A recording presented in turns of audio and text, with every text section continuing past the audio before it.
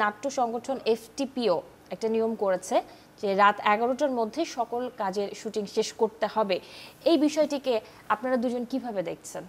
আমি খুবই মানে পছন্দ করছি বিষয়টা। আমার কাছে মনে হয় যে আমাদের একটা লাইফ আছে এবং এবং অনেক রাত পর্যন্ত বা গভীর রাত পর্যন্ত শুটিং করা কখনোই আমি সাপোর্ট করি না।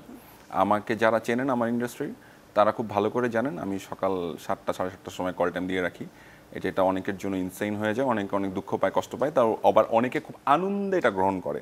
আমি যেটা দেখেছি সেটা হচ্ছে যে আমি সবসময় চিন্তা করি যে শ্যুটটা শুরু করবো আর্লি, শ্যুটটা শেষ করবো তাড়াতাড়ি। আমি রাত 11টার পরে আমি বাসায় যদি ফিরি 12টা 1টার সময়, আমি কখন ঘুমাবো, কখন ফ্যামিলিকে টাইম দিব, কখন আমাদের তো ফ্যামিলি লাইফ একদম নাই বলতে গেলে। এই কারণেই হয় না আসলে যে আমরা অনেক রাত পর্যন্ত এই যে এলোমেলো শুটিংটা করি। সো আমাদের এই জায়গাটা ফিরে আসা উচিত, একটা ডিসিপ্লিন লাইফে আসা উচিত।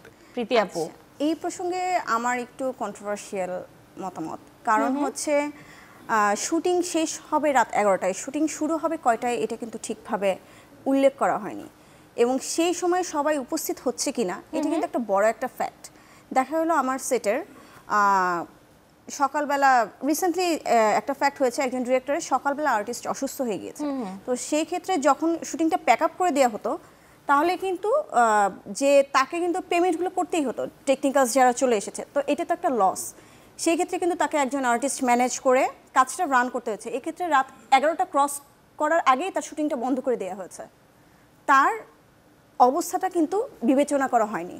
কিন্তু এফটিপিও থেকে যেটা বলা হয়েছে যে শিল্পী বা কলাকুশলীদের অসুস্থতা বা প্রাকৃতিক দুর্যোগ এই বিষয়গুলো মাথায় রাখতে হবে। সো এইগুলো মাথায় রেখে অবশ্যই 11টা শেষ করা is not a big deal যদি সকাল সকাল শুটিংটা শুরু করা যায়।